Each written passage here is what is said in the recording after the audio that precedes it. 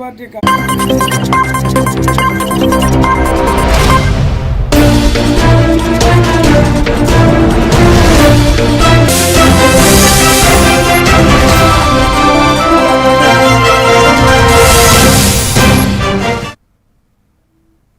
నమస్తే, welcome to MNTV Telugu news. Parvathipuram Manyam జిల్లా సీతంపేట వీరఘట్టం మండలాల్లోని ప్రాథమిక ఆరోగ్య కేంద్రాల్లో ఎన్సీడీ అధికారి డాక్టర్ టి జగన్మోహనరావు ఆషాఢే కార్యక్రమంలో పాల్గొన్నారు. గ్రామాల్లో ఆరోగ్య సమస్యలను ముందుగానే గుర్తించి తక్షణ చర్యలు తీసుకోవాలని వైద్య సిబ్బందికి సూచించారు. గర్భిణీల హైరిస్క్ కేసులు, బాలల ఆరోగ్యం, దీర్ఘకాలిక వ్యాధులపై ప్రత్యేక శ్రద్ధ అవసరమన్నారు. వేసవిలో ORS అందుబాటులో ఉంచాలని ఆదేశించారు. ఆశా కార్యకర్తల పాత్ర కీలకమని ఆయన పేర్కొన్నారు. మరి ప్రతి నెల మొదటి మంగళవారం వైద్యాల శాఖ ఆదేశాల మేరకు జరుగుతున్న ఈ ఆషాఢేలో వైద్యాల శాఖ నిర్దేశించిన ఆయా ప్రభుత్వం సంబంధించిన ఆరోగ్య కార్యక్రమాలు, అలాగే వైద్య సేవలు అటు గ్రామీణ స్థాయిలో, క్షేత్రస్థాయిలో, అలాగే ఆరోగ్య కేంద్రాల్లో ఏ విధంగా అందుతున్నాయి ఆ పరిశీలన భాగంగా అంతా కూడా సమీక్షించడం జరిగింది. ఇక్కడ ఉన్న సచివాలయాల వారీగా అదేవిధంగా ముఖ్యంగా మరి ఈ మధ్యకాలంలో మరి వేసవి సెలవుల్లో ఇవ్వడం కారణంగా ఈ విద్యార్థులు, పిల్లలు ఎవరైతే గ్రామాలకు చేరుకుని ఉంటారో అలాగే ఆల్రెడీ గ్రామంలో ఉన్న విద్యార్థులపై మాత్రం మరింత ప్రత్యేక దృష్టి తీసుకోవాల్సిన ఆవశ్యకత ఉంది. ఎందుకంటే విద్యార్థులు ఒకసారి సెలవులు ఇవ్వడంతో వారు ఫ్రీగా ఈ ఎండ తీవ్రతకు బారిన పడకుండా ఎటువంటి జాగ్రత్తలు తీసుకోవాలి, ఏదైనా సమస్య వస్తే వెంటనే గుర్తించాల్సిన దానిపై ఎక్కువగా దృష్టి సారించాల్సిందిగా సిబ్బందికి సూచన చేయడం జరిగింది. అలాగే ఈ విద్యార్థుల్లో కానీ దీర్ఘకాలిక రోగుల్లో ఈ వ్యాసపరంగా ఏ చిన్న సమస్య తలెత్తిన వెంటనే సంబంధిత వైద్యాధికారి ద్వారా ఉన్నత స్థాయి దృష్టికి తెలియపరచాల్సిందిగా కూడా సూచన చేయడం జరిగింది. ఆ విధంగా ప్రజలను అప్రమత్తం చేయాల్సిందిగా సూచించడం జరిగింది. మనకి క్షేత్రస్థాయిలోనే ఎక్స్రే తీసుకునే పరిధితో కూడా మనకి ఈ మిషన్స్ వచ్చాయి. గతంలో ఈ టీబీ అనుమానాస్పద లక్షణాలు ఎవరైతే ఉన్నారో వాళ్ళు ఖచ్చితంగా గ్రామాల నుంచి అక్కడ క్షేత్రస్థాయిలోనే జరిగే ఆ పరీక్షల వద్ద ఖచ్చితంగా వాళ్ళని మొబిలైజ్ చేస్తే మనం త్వరగా, అంటే దీని ద్వారా ఏంటంటే టీబీని మరింత త్వరగా గుర్తించి వాళ్ళకి సత్వరంగా త్వరగా మందులు ఇచ్చి వాళ్ళు ఎటువంటి ఇబ్బందులు పడకుండా ముందుగానే ప్రయాసపడకుండా మనం చేయడానికి ఇది ఎంతగానో వీలుగా ఉంటుంది. కాబట్టి మరి ముఖ్యంగా క్షేత్రస్థాయిలో ఆయా గ్రామాల్లో ఉన్న ఆశా కార్యకర్తలు ఆరోగ్యపరంగా సమస్యలు తలెత్తకుండా జాగ్రత్తలు తీసుకోవడం జరుగుతుంది. ఎటువంటి తీవ్రత జరగకుండా ముందుగానే చేసి మరింత మెరుగైన వైద్య సేవలు అందించడం మనకు వీలవుతుంది. కాబట్టి మహబూబాద్ జిల్లా కేంద్రంలో జరిగిన బీజేపీ కార్యకర్తల సమావేశంలో మెదక్ ఎంపీ రఘునందన్ రావు మాట్లాడారు. ఈ నెల 10న జరిగే ప్రధాని మోదీ సభను విజయవంతం చేయాలని ఆయన కోరారు. తెలంగాణలో బీజేపీ అధికారంలో లేకున్నా అభివృద్ధి కోసం పనిచేస్తుందన్నారు. రేవంత్ ప్రభుత్వంపై విమర్శలు చేస్తూ రానున్న ఎన్నికల్లో ప్రజలు బుద్ధి చెప్తారన్నారు. ముమ్మనూరు, ఆదిలాబాద్ ఎయిర్పోర్ట్ల నేషనల్ హైవేలు బీజేపీ విచ్చేవని పేర్కొన్నారు. ఈ కార్యక్రమంలో కార్యకర్తలు పెద్ద సంఖ్యలో పాల్గొన్నారు. తెలంగాణ పేరుని తెలంగాణ ఉద్యమం జరుగుతున్న సమయంలో మానుకోట అనే పేరు తెలంగాణ మూమెంట్కి ఊపిరి రూదింది, వివక్షకు గురైంది. పెద్దలు, ప్రొఫెసర్లు, మేధావులు ఈ ప్రాంతం నుంచి పార్లమెంట్ సభ్యులుగా ప్రాతినిధ్యం వహించినా వడ్డించాల్సిన వాళ్ళు మనోళ్ళు కాదు కాబట్టి ఆశించినంత వడ్డన జరగక మానుకోట ఇంకా తెలంగాణ రాష్ట్రం ఏర్పాటైన 12 సంవత్సరాల తర్వాత కూడా అనేక రకాలైనటువంటి అవస్థలకి, ఇబ్బందులకు గురవుతుంది. ఈ జిల్లా నుంచి మాకు ప్రాతినిధ్యం లేకుండా సబ్కా సాత్ సబ్కా వికాస్ అనేటువంటి నినాదంతో అది మానుకోటనా, ఇంకొక గిరిజన ప్రాంతమా, ఖమ్మమా, మెదక, సిద్దిపేట అనేటువంటి వివక్ష లేకుండా పాత 10 జిల్లాలకి 10వ తారీఖున రాబోతున్నటువంటి నరేంద్ర మోడీ గారు ఒక్కొక్క జిల్లాకి ఒక్కొక్క ప్రత్యేక కార్యక్రమాన్ని అభివృద్ధిలో భాగంగా తీసుకొని ముందుకు తీసుకెళ్తా ఉన్నారు. గతంలో తెలంగాణను పాలించిన ఆయన ఆడున్నాడో ఇలా ఒక్క రాష్ట్రంలో గెలిగి మా రేవంతం పోతేనే కేరళం గెలిచినమనేటోళ్ళు మరి తమిళనాడులో ఎందుకు గెలవలేదు, ఈ రేవంతం ఆ కేరళంలో ఎందుకు పనిచేసిండు, ఒడిశాలో ముఖ్యమంత్రి భారతీయ జనతా పార్టీ జెండా, కాషాయం జెండా ముఖ్యమంత్రి ఉన్నాడు. బాగా మాట్లాడుతున్నటువంటి కాంగ్రెస్ నాయకులారా, భవిష్యత్తులో కాకతీయులు వెళ్ళినటువంటి ఈ గడ్డ కూడా కాషాయీకరణ జరుగుతుంది. కాషాయ కండువా వేసుకున్నటువంటి వ్యక్తే కాకతీయుల రాష్ట్రాన్ని కూడా, కాకతీయుల రాజ్యాన్ని కూడా పాలిస్తారు. అందుకని కాంగ్రెస్ ముక్త భారత్ అని నరేంద్ర మోడీ గారు ప్రజల్ని విజ్ఞప్తి చేస్తే ప్రజల ముందు కాంగ్రెస్ కంటే ప్రమాదం ఈ దేశానికి కమ్యూనిస్టులని నమ్మి ముందు కమ్యూనిస్ట్ ముక్త భారత్ చేసిర్రు. రంగారెడ్డి జిల్లా తలకొండపల్లి మండలం వెల్టాల్ గ్రామ పంచాయతీలో లంచం కేసు వెలుగులోకి వచ్చింది. ఇంటి స్థలం పేరు మార్పిడి కోసం 30,000 డిమాండ్ చేసిన పంచాయతీ కార్యదర్శి శరత్ ఒప్పందం ప్రకారం 20,000 తీసుకుంటుండగా ఏసీ అధికారులు రెడ్ హ్యాండెడ్ గా పట్టుకున్నారు. ఇక బాధితుడి ఫిర్యాదుతో దాడి నిర్వహించినట్లుగా అధికారులు తెలిపారు. నిందితుడిని విచారణ అనంతరం కోర్టులో హాజరుపరచనున్నట్లుగా ఏసీబీ డీఎస్పీ ఆనంద్ కుమార్ వెల్లడించారు.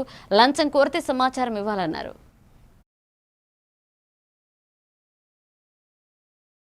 ఇల్లు స్థలంతో పాటు ఇల్లు కూడా ఉంది. పురాణ ఇల్లు, చాలా ఓల్డ్ ఇల్లు. ఆ ఓల్డ్ 180 స్క్వేర్ యార్డ్స్ ఉంటుంది దాదాపు. అయితే అది కొన్న తర్వాత కొన్ని రోజుల తర్వాత అక్కడ ఉన్న ఇల్లు కూలిపోయింది. అది ఖాళీ స్థలంగా ఏర్పడ్డది. ఆ డబ్బుల కోసం అని చెప్పేసి వాళ్ళు ఆ ఇంటి స్థలాన్ని డిస్పోజ్ చేద్దామని అనుకున్నారు, సేల్ చేద్దామని. అందులోంచి కొంత భాగాన్ని సేల్ చేయడానికి వాళ్ళు రెడీ అయిపోయి దాని ప్రకారం అది ఏంటంటే ప్రాపర్టీ వాల్యుయేషన్ సర్టిఫికేట్, ఆ ఇంటి స్థలం యొక్క వాల్యూ ధృవీకరణ పత్రము మరియు నో డ్యూ సర్టిఫికేట్, తర్వాత ఆ యొక్క ఇంటి వివరాలను ఆన్లైన్లో చేయాల్సిందిగా కోరుతూ మన గ్రామ పంచాయతీ సెక్రటరీ అయిన శరత్ కుమార్ గారికి అప్లోడ్ చేయడం జరిగింది. ఆయన అప్లికేషన్ అది పెడతామని చెప్తే ఏం అవసరం లేదు, అంతా నేను చూసుకుంటా అదేం చెప్పాను. చెప్తే కాదు రిక్వెస్ట్ చేస్తే లేదు నాకు ఇంత డబ్బులు అయితేనే నేను చేస్తాను చేయడానికి బాగా కొంచెం కొన్ని రోజులు తిప్పి వాల్యుయేషన్ సర్టిఫికేట్ ప్లస్ ఆన్లైన్లో ఎంట్రీ చేయడము ఇవన్నీ కూడా ప్రాసెస్ కంప్లీట్ చేసిన తర్వాత ఈ సర్టిఫికేట్స్ కూడా ఇవ్వడం జరిగింది. ఇచ్చిన తర్వాత ఇతను వీళ్ళ మదర్ కలిసేసి ఆ ఇంట్లో కొంత స్థలాన్ని అమ్మేసిన తర్వాత వీళ్ళు అమ్మేశారు, డబ్బులు వీళ్ళకి వచ్చినాయని తెలిసిన తర్వాత ఈ శరత్ కుమార్ పంచాయత్ సెక్రటరీ ఒక 30,000 రూపాయలు వీళ్ళని ఇవ్వమని డిమాండ్ చేసినారు. పని చేసిన తర్వాత ఒక రివార్డ్ ఆ డబ్బులు 30,000 ఇవ్వలేమని చెప్తే లాస్ట్ 20,000 అయినా ఇవ్వాలని చెప్పేసి దాంతో మేము కేసు రిజిస్టర్ చేసి ఈరోజు 20,000 రూపాయలు గ్రామ పంచాయతీ సెక్రటరీ శరత్ కుమార్ గారు. పెందుర్తి నియోజకవర్గం జీవీఎంసీ 85వ వార్డు మంత్రి పాలెం గ్రామంలో నూతనంగా నిర్మించిన రామాలయాన్ని జనసేన పార్టీ ఉమ్మడి విశాఖపట్నం రూరల్ జిల్లా అధ్యక్షులు ఎమ్మెల్యే పంచుకర్ల రమేష్ బాబు సందర్శించారు. ఆలయ కమిటీ ఆహ్వానం మేరకు స్వామివారికి ప్రత్యేక పూజలు నిర్వహించి అర్చకుల ఆశీర్వాదం స్వీకరించారు. తీర్థ ప్రసాదాలను స్వీకరించారు. ఆలయ నిర్మాణంపై ఆనందం వ్యక్తం చేశారు. ఈ కార్యక్రమంలో ఎన్డీఏ కూటమి నాయకులు, కార్యకర్తలు, ఆలయ కమిటీ సభ్యులు పెద్ద సంఖ్యలో పాల్గొన్నారు.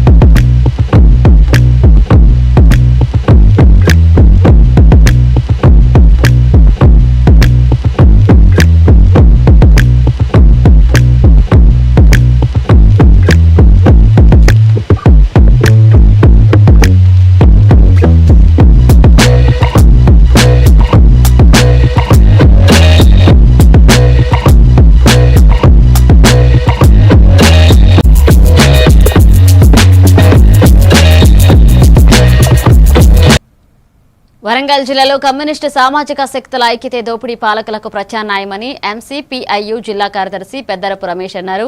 వరంగల్ అండర్ బ్రిడ్జి ప్రాంతంలోని ఓంకార్ భవనంలో జరిగిన మీడియా సమావేశంలో ఆయన మాట్లాడారు. మే 12న నర్సంపేటలో జరిగే కామ్రేడ్ ఓంకార్ శత జయంతి ముగింపు బహిరంగ సభను విజయవంతం చేయాలని పిలుపునిచ్చారు. ప్రజాస్వామ్య విలువలు కాపాడుకోవాలని వామపక్ష శక్తులు ఐక్యం కావాలన్నారు. సమావేశంలో పార్టీ నాయకులు పాల్గొని గోడపత్రికను ఆవిష్కరించారు. కామ్రేడ్ జిందాబాద్ ఎంసీపీఐయు జిందాబాద్ ఎంసీపీఐయు జయప్రదం చేయండి. నర్సంపేటలో జరిగే ముగింపు సభను అసెంబ్లీ టైగర్ అమరజీవి కామ్రేడ్ మద్దికాయల ఓంకార్ గారి శత జయంతి వార్షికోత్సవాల ముగింపులో భాగంగా ఈ నెల 12వ తారీఖు నాడు నర్సంపేట పట్టణంలోని సిటిజన్ క్లబ్ గ్రౌండ్లో బహిరంగ సభ నిర్వహించడం జరుగుతూ ఉంది.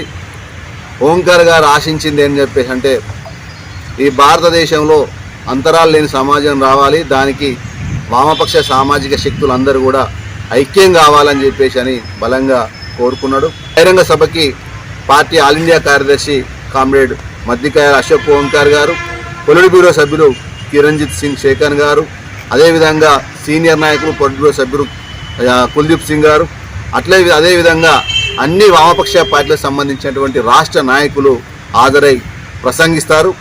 ఈ రోజు ఉన్నటువంటి పరిస్థితులను కనుక మనం ఒకసారి గమనించినట్లయితే నిన్ననే 5 రాష్ట్రాలకు సంబంధించి ఎన్నికలు జరిగినాయి. దేశమంతా కూడా ఒక ప్రమాదంలో ఉన్నటువంటి పరిస్థితి ఉంది.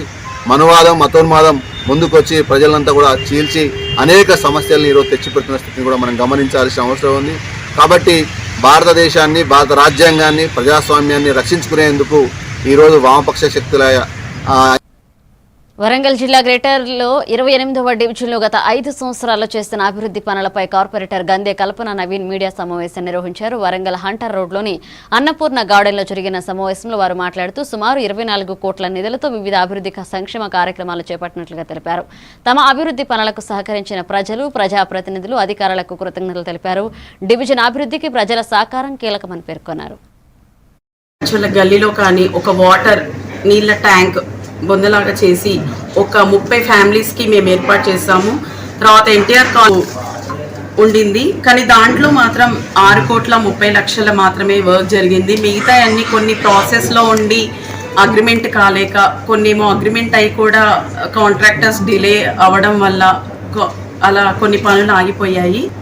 ఈవెన్ మెయిన్గా ముఖ్యంగా లైటింగ్ డిపార్ట్మెంట్ కానీ, ఇంకా మున్సిపాలిటీ సిబ్బందికి కూడా కానీ, పారిశుద్ధ కార్మికులకు కూడా నేను ప్రత్యేక వారికి మాత్రం ధన్యవాదాలు తెలుపుతున్నాను.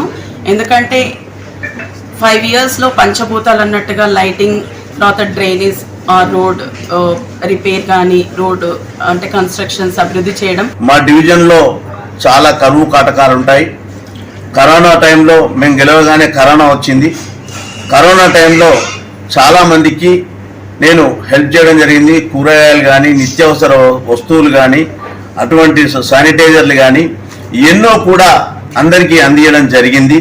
దాని తర్వాత 2023లో NTR colony, Santhoshamatha colony, Sainagar colony, Brindavan colony, Bhadrakali colony, SC colony, ఇవన్నీ కాలనీలు ఉన్నాయి. ఈ నీట మునిగి జరిగింది.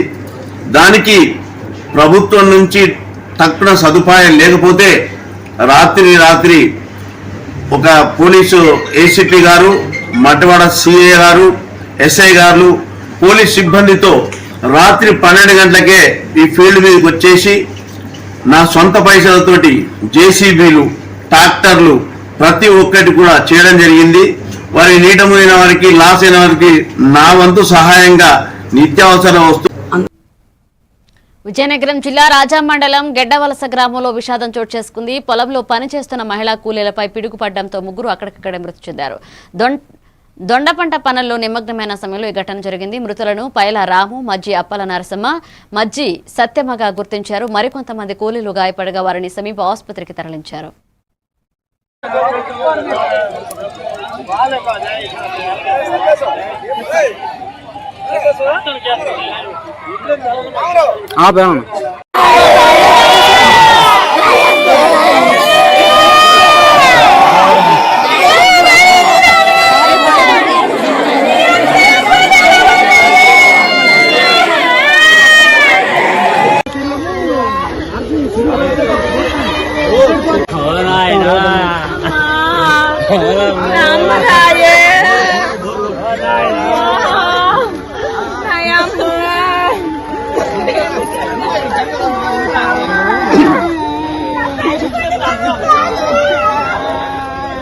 ఇలాగ జనాభా కూడా పని నడుస్తుంది.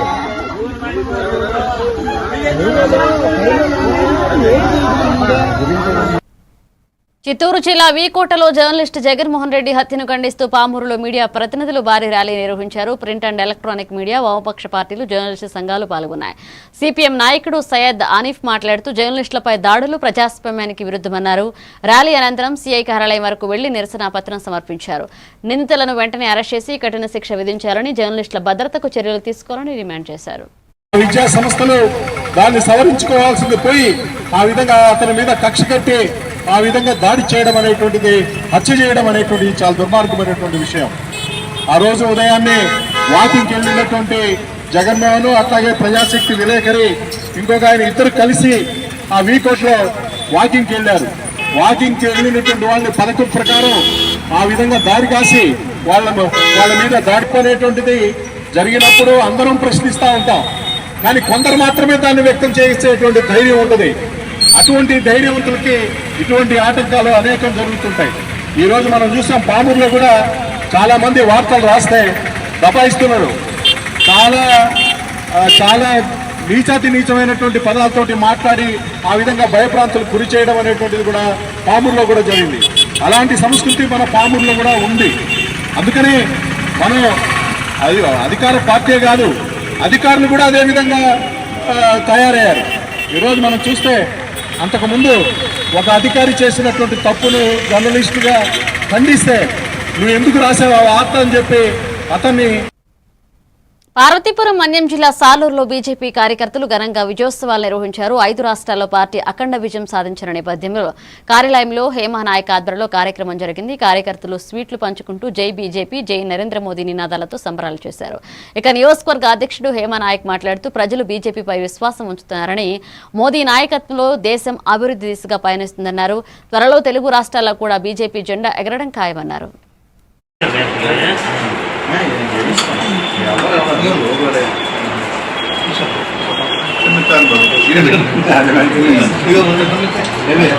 మూడు రాష్ట్రాలకి సునాశంగా గెలిపించిన ప్రజలందరికీ ధన్యవాదాలు. ఈ రిజల్ట్ చూసుకుంటే మన భవిష్యత్తులో భారతీయ జనతా పార్టీకి అన్ని రాష్ట్రాలు పట్టం కడుతాయనే ఒక నిదర్శనంగా చెప్పుకుంటాం. అదేవిధంగా మన రాష్ట్రానికి కూడా, ఆంధ్రప్రదేశ్ రాష్ట్రానికి కూడా భారతీయ జనతా పార్టీ ఎన్నో విధాలుగా అభివృద్ధిలో పాలు పంచుకోవడం జరుగుతుంది. మరీ ముఖ్యంగా మన సాలూరు గురించి చూసుకుంటే ఒక నేషనల్ హైవే, ఒక ట్రైబల్ యూనివర్సిటీ 900 కోట్ల ప్రాజెక్ట్ని ఇవ్వటం జరిగింది మన సాలూరు నియోజకవర్గానికి. అదేవిధంగా వచ్చే ప్రతి సంక్షేమ పథకాల్లో 60 నుంచి 100% ఆఫ్ ఫండింగ్ మన బీజేపీ పార్టీ అందించడం ముఖ్యంగా మంచిది. జనగామ జిల్లా కేంద్రంలోని బీజేపీ కార్యాలయంలో ఎంపీ రఘునందన్ రావు కాంగ్రెస్ ప్రభుత్వంపై తీవ్ర విమర్శలు చేశారు. కాంగ్రెస్ హిందూ వ్యతిరేక విధానాలు అవలంబిస్తుందని ఆరోపించారు. జై శ్రీరామ్ వ్యాఖ్యలపై మంత్రి కొండా సురేఖను లక్ష్యంగా చేసుకుని విమర్శలు గుప్పించారు. అస్సాం, పశ్చిమ బెంగాల్లో బీజేపీ విజయాలను ప్రస్తావిస్తూ తెలంగాణలో కూడా కాషాయ జెండా ఎగరడం ఖాయమని ధీమా వ్యక్తం చేశారు. రాబోయే ఎన్నికల్లో కాంగ్రెస్ కు ప్రజలు గట్టి గుణపాఠం చెబుతారని అన్నారు.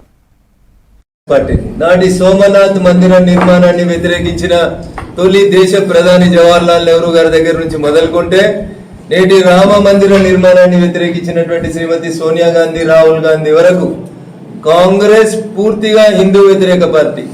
కాంగ్రెస్ పూర్తిగా హిందూ దేవుళ్ళని అవమానించినటువంటి పార్టీ.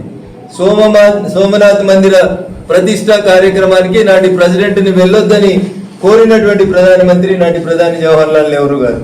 రామ మందిరం పూర్తి అవుతుందా అనేక సక్కాలాడి పూర్తి అయిన తర్వాత నిర్మించబడిన రామ మందిరానికి ఈ రోజు దాకా అడుగుపెట్టినటువంటి వ్యక్తులు కాంగ్రెస్ పార్టీ అధ్యక్షుడు, మాజీ అధ్యక్షురాలు, కాంగ్రెస్ నాయకురాలు సోనియా గాంధీ, రాహుల్ గాంధీ. ఒక వీళ్ళకే కాదు, ఇది జై శ్రీరామ్ అనొద్దని 15 సంవత్సరాలు ముఖ్యమంత్రిగా పనిచేసిన దీదీ బెదిరించింది.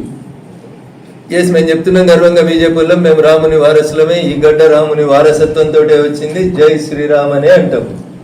లేకపోతే జై సోనియా అంటే పైసలు వస్తాయా? శాఖ మంత్రి మీరు ప్రతి మీటింగ్ లో జై కాంగ్రెస్, జై సోనియా అంటున్నారు. ఎన్ని పైసలు వచ్చినాయి చెప్పుర్రి. ఢిల్లీలో అధికారం లేని సోనియా గాంధీ ఏం పైసలు ఇస్తుందో చెప్పుర్రి. ప్రజలు పన్నులు కడితే వచ్చిన పైసలతోటి ఇల్లు కట్టి ఇందిరమ్మ ఇల్లు అని పెడుతున్నారు. ఎన్ని పైసలు వస్తున్నాయి ఇందిరమ్మ పేరు చెప్తే చెప్పుర్రి.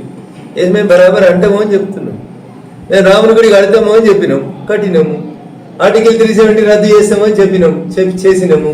ట్రిపుల్ తలాక్ రద్దు చేస్తామో అన్నాం, రద్దు చేసినాము. రేపు యూనిఫామ్ సివిల్ కోడ్ తెస్తామో అని చెప్తున్నాం, తెస్తాము. మహిళా రిజర్వేషన్ బిల్లు తెస్తామని చెప్పినాం, తెచ్చినాము. రేపు డీలిమిటేషన్ చేస్తామని చెప్తున్నాం, చేస్తాము. రేపు జమిలీ ఎన్నికలు చేస్తామని చెప్తా ఉన్నాం, చేస్తాం. భారతీయ జనతా పార్టీ మాట అంటే మాట కోసం ఉంటది. ప్రకాశం జిల్లా కనిగిరిలో అమరావతి గ్రౌండ్ లో సీఎంఆర్ఎఫ్ చెక్కుల పంపిణీ కార్యక్రమం జరిగింది. ఎమ్మెల్యే ముక్కు ఉగ్ర నరసింహారెడ్డి పాల్గొని నియోజకవర్గంలోని వివిధ ప్రాంతాలకు చెందిన 52 మంది లబ్ధిదారులకు 38,80,009 విలువైన చెక్కులను అందజేశారు. ఈ సందర్భంగా ఆయన మాట్లాడుతూ ప్రభుత్వ సంక్షేమ పథకాలు అర్హులందరికీ చేరేలాగా కృషి చేస్తున్నామని తెలిపారు. ఇక లబ్ధిదారుల ప్రభుత్వ సహాయాన్ని సద్వినియోగం చేసుకోవాలని సూచించారు.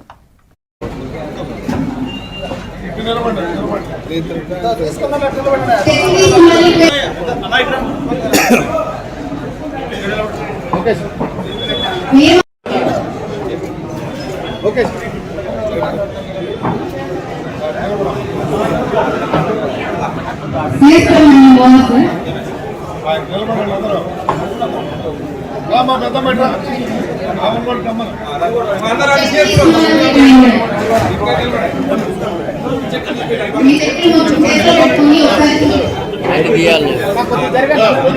రవీంద్రన్న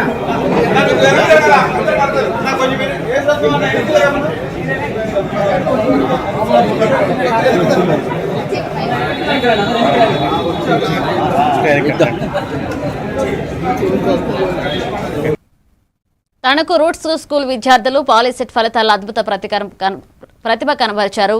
స్కూల్ ప్రిన్సిపల్ ఎల్కే త్రిపాఠి వివరాల ప్రకారం కె ఈష్ అభిషేక్ 120లో 118 మార్కులతో రాష్ట్ర స్థాయిలో 3వ ర్యాంక్ సాధించి స్కూల్ టాపర్గా నిలిచాడు. CH Yoshath, CH Vignesh, B Venugopal 117 మార్కులతో మెరిశారు. ఇక ఇతర విద్యార్థులు కూడా మంచి మార్కులు సాధించారు.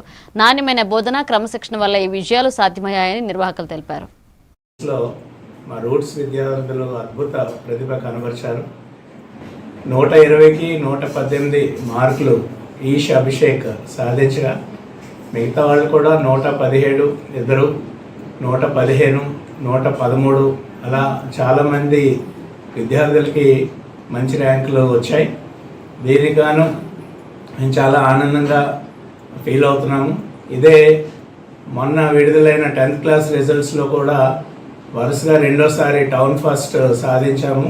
596 మార్కులు వచ్చాయి 600కి. మరి ఇంతటి విజయానికి కారణమైన ఉపాధ్యాయులు, మంచి టీచర్స్ ఉన్నారు. మంచి ప్రణాళికతో చాలా కష్టపడి పిల్లలకి క్లాసులు చెప్పారు. విద్యార్థులు కూడా చాలా కష్టపడి ఈ విజయాన్ని సాధించగలిగారు. దీనికి మేము చాలా ఆనందిస్తున్నాము. అలాగే దీంట్లో ప్రత్యేకంగా తల్లిదండ్రులందరికీ కూడా మా అభినందనలు. Thank you.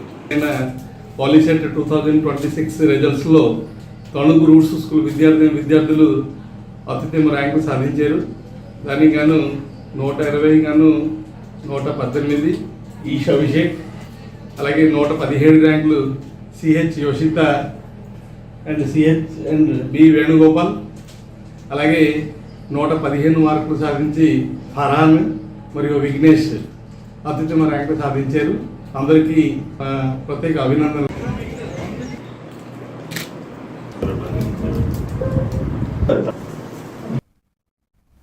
అంబేద్కర్ కోనసీమ జిల్లా అమలాపురంలో క్రైస్తవ జేఏసీ ఆధ్వర్యంలో భారీ నిరసన ర్యాలీ జరిగింది. గడియార స్తంభం నుంచి ఎర్రవంతెన వరకు వేలాది మంది పాల్గొని 1950 ప్రెసిడెన్షియల్ ఆర్డర్ను రద్దు చేయాలంటూ డిమాండ్ చేశారు. ఇక మార్గం మధ్యలో మోకాళ్లపై కూర్చుని ప్రార్థనలు చేస్తూ తమ ఆవేదన వ్యక్తం చేశారు.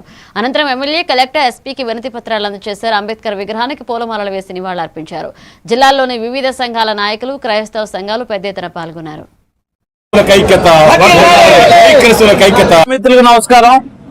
ఈరోజు ఈ శాంతి ర్యాలీ ఏర్పాటు చేయడానికి గల కారణం ఏంటంటే, మరి దేశంలో మన రాజ్యాంగం ఇచ్చినటువంటి హక్కు క్రైస్తవుల పైన జరుగుతున్నటువంటి దాడులు అరికట్టాలి, క్రైస్తవులకు మత స్వేచ్ఛ కల్పించాలి. మేము ఈ యొక్క స్వేచ్ఛ వాళ్ళాలి, క్రైస్తవుల ఐక్యత వర్గాలి, దళిత క్రైస్తవులకు ఎస్సీ హోదా కల్పించాలి. భారత రాజ్యాంగం మత స్వేచ్ఛను కల్పించి నేటికి లేరు, ఇంకా మమ్మల్ని అనగదొక్కాలనేటువంటి ఉద్దేశంతో ఈ ప్రెసిడెన్షియల్ ఆర్డర్ నేటితో ఆగిపోదని ఢిల్లీ వరకు మా ఉద్యమాన్ని కొనసాగిస్తామని Konaseema. Opportunities for us to come here as a rally from Clock Tower Center, from Amalapuram till the MLA office. From here we are giving representation to the collector, mainly or Sikhism or any religion. Their caste should not be amendmented, should not be done. They should continue as the caste with the SC, the president and MLA and also the Prime Minister and the collector and all the officials of the Indian government. Department వారికి, JAC నాయకులకు వందనాలు. ఈ ఉద్యమం ఈ రోజు doctor BR Ambedkar Konaseema తెలియజేస్తూ జై క్రైస్తవుల ఐక్యత, క్రైస్తవుల ఐక్యత, రాజ్యాంగం చెప్తుందని చాలా మంది చెప్తూ ఉన్నారు. రాజ్యాంగము ఆ విధంగా చెప్పడం లేదు. పార్వతీపురం మన్యం జిల్లా 10వ తరగతి ఫలితాల్లో రాష్ట్రంలో నెంబర్ 1 స్థానంలో నిలిచింది. జిల్లా స్థాయి టాపర్స్ సన్మాన కార్యక్రమంలో మంత్రి Gummadi Sandhyarani, collector doctor N Prabhakar Reddy పాల్గొన్నారు. వరుసగా 4వసారి ఘనత సాధించడం విశేషమని మంత్రి తెలిపారు. సుమారు 10,500 మంది విద్యార్థుల్లో 9,000 మంది ఫస్ట్ క్లాస్ సాధించగా 500 మంది 590కి పైగా మార్కులు సాధించారు. ఇక విద్యాశాఖ 100 రోజుల ప్రణాళిక విజయవంతంగా అమలు కావడంతో ప్రభుత్వ పాఠశాలలు ప్రైవేటుకు ధీటుగా నిలిచామని పేర్కొన్నారు. చేసుకోగలుగుతారో అంతవరకే ఉంటాయి. చాలా మంది ఏమనుకుంటారంటే 600కి మా పక్కింటి వాళ్ళకి 590 వచ్చాయి, నీకెందుకు రాలేదు. ఇది మాత్రం పేరెంట్స్ దయచేసి ఎవరిని అడగండి. అడిగితే ఆ పిల్లలు చాలా ప్రెజర్గా ఫీల్ అవుతారు.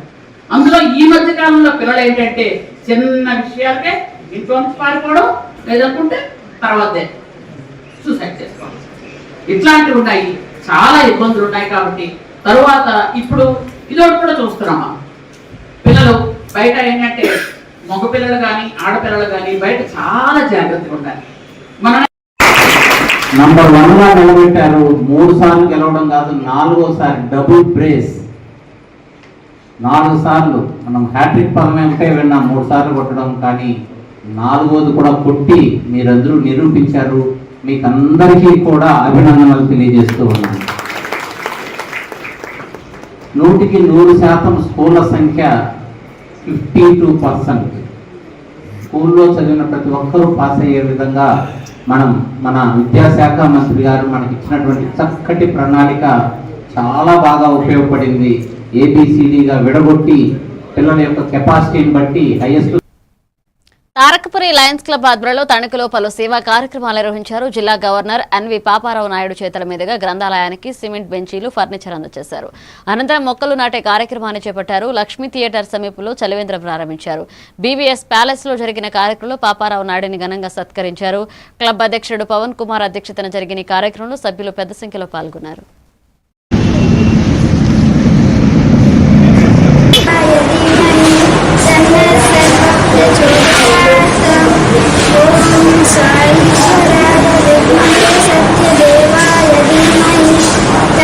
పరిసర ప్రాంతాల్లో లయన్స్ చేస్తున్న సేవల గురించి నేను ప్రత్యేకించి చెప్పక్కర్లేదు.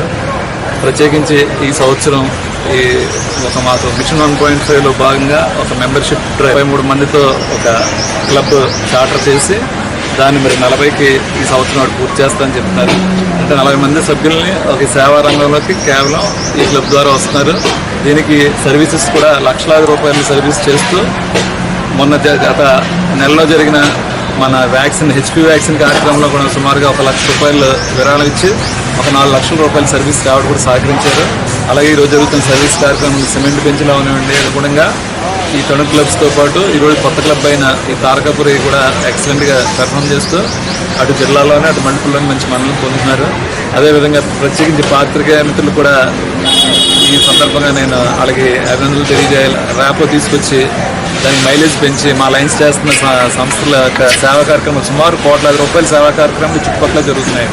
దాన్ని ప్రతి ప్రోగ్రామ్ కూడా మీరు అందరికీ తెలియపరిచినందుకు ప్రత్యేకించి మీ అందరికీ కూడా అభినందనలు తెలియజేస్తాను.